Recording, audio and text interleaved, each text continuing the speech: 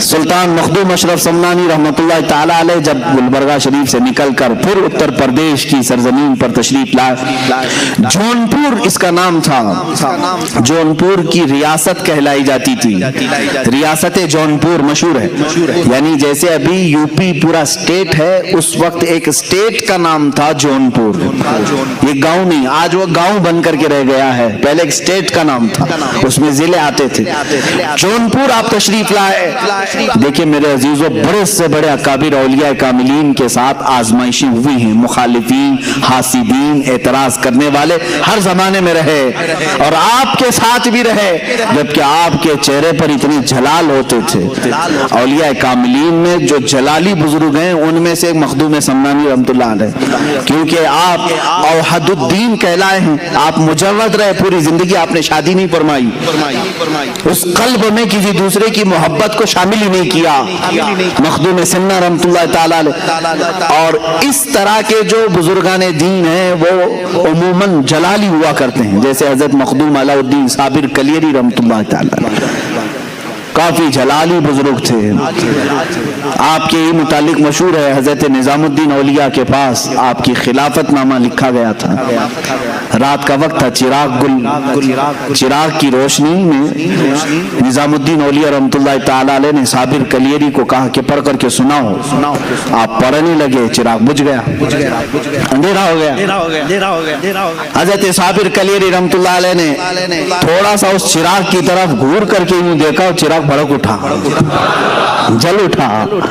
نظام الدین اولیاء رحمۃ اللہ تعالی علیہ نے خلافت نامہ واپس لے لیا، کہا ابھی نہیں، اس طرح تمہاری آنکھوں سے نہ جانے کتنے جل جائیں گے، اور جلال کو کم کرنے کی ضرورت ہے۔ تو یہ جو جلالی بزرگان دین ہیں ان میں سے مخدوم سمنا رحمۃ اللہ تعالی علیہ، لیکن حد ہے حاسدین کی، اس پائے کے جلالی بزرگوں کا بھی پیچھا نہیں چھوڑتے۔ لوگ آج پریشان ہوتے ہیں حاسدین سے، اتنے بڑے بزرگ کے حاسدین کا میں اگر آپ کو بتاؤں کیا کیا نہیں کیا آپ کے ساتھ۔ مخدوم سمنا رحمۃ اللہ تعالی علیہ جس وقت جونپور تشریف لائے، وہاں ایک بزرگ تھے چراغ ہند، جن کو صدر الدین چراغ ہند رحمۃ اللہ تعالی، بڑے بزرگ ہیں، لیکن زمانے کا آپس کا معاملہ ہوتا ہے، میں بڑا تو بڑا کا معاملہ کبھی کبھار آ جاتا ہے، انسانی فطرت کا تقاضا ہے۔ وہ ان کا پرانا علاقہ تھا، ان کے مریدین تھے، اچانک مخدوم اشرف ان کے علاقے میں آئے۔ کچھ لوگوں کو تکلیف اسی بات کی ہوتی ہے، میرے کھیت میں دوسرا کیوں چرنے آیا؟ ہوتا ہے 40 سال سے ہم پورے شہر کو سنبھال رہے تھے، اچانک یہ بکرا کہاں سے آیا؟ اس طرح کا حسد بھی آ جاتا ہے، یہ انسانی فطرت کا تقاضا ہے۔ چراغ ہند رحمۃ اللہ تعالی علیہ وہ بزرگ بھی ہیں، میں ان کی بیعت بھی نہیں کر رہا ہوں، لیکن مخدوم سمنا ہے، وآل رسول بھی۔ مخدوم جہانگیر اشرف سمنانی رحمۃ اللہ تعالی علیہ جس وقت جونپور تشریف آئے، لوگ جھوک در جھوک آپ کے مرید بن رہے تھے، کیونکہ چہرے میں وہ نیر تاباں تھا کہ لوگ دیکھتے تو گناہوں سے دور ہو جاتے، اپنے میل کچیل کو دھل دیتے ہیں، اور صرف ایک صحبت کافی ہوتی تھی کہ لوگ صرف مرید نہیں ولی کامل بنتے تھے۔ مخدوم سمنا کی صحبت بہتوں کو اعلیٰ مقام تک پہنچائی۔ اس زمانے میں ایک عالم دین تھے مولانا کبیر الدین، اس وقت مولانا کبیر الدین صاحب ایک خواب دیکھتے ہیں، خواب میں انہوں نے ایک بزرگ کا چہرہ دیکھا، سرخ بال ہیں، چہرہ پورا چمک رہا ہے، جب وہ مسکراتے ہیں تو رخساروں پر انار کی سرخی آتی ہے، اور اس بزرگ نے کہا کہ میں تیرا مرشد ہوں۔ مولانا کبیر الدین صاحب اس وقت تک مرید نہیں ہوئے تھے۔ صبح اٹھتے ہیں، پوچھتے ہیں علاقے میں سب سے بڑے بزرگ کون ہیں؟ لوگوں نے کہا حضرت صدر الدین چراغ ہند رحمۃ اللہ علیہ سب سے بڑے بزرگ۔ مولانا کبیر الدین ان کی تلاش میں گئے، چراغ ہند کی بارگاہ میں گئے تو واقعی وہ بڑے کمال کے بزرگ تھے، لوگوں کا جمگٹا تھا، تبلیغ تربیت سب ہو رہی تھی، لیکن خواب میں جو دیکھے تھے وہ نہیں تھے۔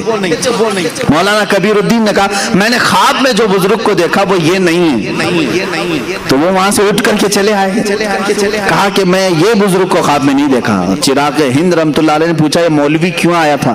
کہا کہ حضور بیعت کرنے کے لیے آیا تھا. کہا پھر کیوں نہیں ہوا؟ کہا پتہ نہیں اس نے کچھ اور چہرہ دیکھا ہے. تو چراغ ہند ناراض ہوئے, پوچھا کہ دیکھو یہ جاتا کہاں ہے؟ مولوی صاحب کہاں آئے؟ مولانا کبیر الدین سیدھے مخدوم اشرف کے پاس آئے. اس وقت آپ ایک مسجد میں جلوہ بار تھے چند مریدین کے ساتھ. جیسی مسجد میں مولانا کبیر الدین آئے پہلی نظر میں پہچان لیا خواب میں آنے والے یہی بزرگ تھے. خواب میں تشریف لائے, مخدوم سمنا کے پاس اپنا سب کچھ نچھاور کر دیا اور سلسلہ اشرفیہ میں داخل ہوئے. مخدوم سمنا کے ہاتھ پر بیعت کیا اور اسی بیعت کے تھوڑی دیر کے بعد چرچا ہو گیا مولانا کبیر الدین چراغ ہند سے مرید ہونے گئے تھے لیکن ان کی محفل سے اٹھ کر کے آئے مخدوم سمنا کے مرید ہو گئے. چراغ ہند پرانے بزرگ ہیں, مخدوم سمنا نئے بزرگ ہیں, ابھی ابھی آئے ہوئے ہیں. یہ بات پھیلی. چراغ ہند رحمت اللہ تعالی علیہ کے پاس لوگوں نے کہا آپ کی تو توہین ہو گئی, آپ کی مجلس چھوڑ کے مولوی چلا گیا. کہا کہ وہ کبیر الدین جوانی میں, وہ کبیر الدین جو ہے وہ جوانی میں مر جائے گا, گیا ہے مجھے چھوڑ کر جوانی میں مر جائے گا. وہ ولی کی زبان سے نکلی ہوئی بات تھی. مولانا کبیر الدین کو جب سنایا گیا کہ انہوں نے تو تمہارے لیے یہ جملہ کہہ دیا کہ کبیر الدین جوانی میں مر جائے گا, تو اپنے پیر و مرشد کی بارگاہ میں آئے ملول خاطر ہو کر کہا کہ حضور بڑی بات ہو گئی, چراغ ہند نے میرے متعلق یہ کہا. مخدوم سمنا رحمت اللہ تعالی علیہ کی بات دیکھیں. کہا تم کیا چاہتے ہو؟ اپنی مرید سے کہا تم کیا چاہتے ہو؟ تم بھی اپنی زبان سے کچھ نہ کچھ بولو اور اللہ اسے پورا کرے گا, اللہ اسے پورا کرے گا. یہ مخدوم سمنا کا تصرف دیکھیں. پہلی بات میں تو آپ نے کہا کہ میرے مرید تیرا نام کبیر ہے. کیا ہے؟ تیرا نام کبیر ہے اور کبیر بوڑھے کو کہتے ہیں, جوانی میں تو کیسے مرے؟ نام کبیر ہے تیرا, تو بوڑھا ہو کے مرے گا. مخدوم سمنا نے کیا کہا؟ تو بوڑھا ہو کر کے مرے گا. تھوڑی دیر مراقبہ کیا, کہا لیکن انہوں نے جو کہا ہے وہ بھی بات ہو گئی ہے, وہ بھی اللہ کی بارگاہ میں قبول ہے, دونوں کی زبان سے نکلا ہے. تو مخدوم سمنا نے کہا تو کچھ بول, تیری زبان سے تو کیا چاہتا ہے؟ کہا کہ حضور میں کیا کہوں, وہ بڑے ہیں, بس انہوں نے میرے لیے جو کہا ہے وہ ان کے لیے بھی ہو جائے. انہوں نے کہا نا جوانی میں مر جائے, میرے لیے جو انہوں نے کہا وہ ان کے لیے بھی ہو جائے. بات آئی گئی, یا اولیاء کاملین کی بات کو ہلکا نہ سمجھو میرے عزیزو.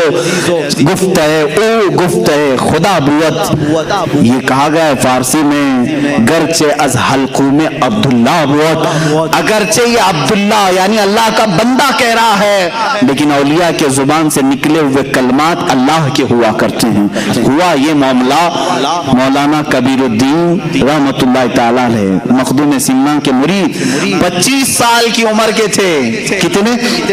25 سال کی عمر. 25 سال کی عمر میں آپ کے پورے بال سفید ہو گئے, دانت جھڑ گئے, کمر ٹیڑھی ہو گئی, ہاتھ میں لکڑی آ گئی. کتنے عمر میں؟ 25 سال کی عمر میں. اور 25 سال کی عمر میں اتنا بڑھاپا جیسے لگتا تھا کہ 90 سال کی عمر ہے. کوئی آپ کو نہیں کہہ سکتا تھا 25 سال کی عمر ہے. اور اس 25 سال کی عمر میں آپ نے لکڑی بھی لے لی, سفید بال, کمر ٹیڑھی. لیکن ادھر چراغ ہند رحمت اللہ تعالی علیہ ان کے مولانا کبیر الدین کے انتقال سے 5 سال پہلے ہی جوانی میں وصال کر گئے, وہ انتقال کر گئے. چراغ ہند ان کی زبان سے جو نکلا وہ بھی ہوا, اور چراغ ہند نے جو کہا تھا وہ کیسے ہوا؟ 25 سال کی عمر میں ہی مولانا کبیر الدین کا انتقال ہوا. لوگوں نے کہا کہ حضور آپ نے تو فرمایا تھا یہ بوڑھا ہو کے مرے گا. مخدوم سمنا نے فرمایا تم نے نہیں دیکھا وہ بوڑھا ہو کر کے ہی مرا ہے. یعنی 25 سال کی عمر میں ہی اسے 90 سال تک کے اللہ نے لطف عطا کر دیے ہیں. زندگی کی جتنی باریں تھی اس نے 25 سال کی عمر میں دیکھ لیا. عزیزان گرامی, یہ زبان کی تاثیر ہے. اب یہاں جو معاملات ہوئے تھے وہ میں ذکر کر رہا ہوں مخدوم سمنا کے ساتھ.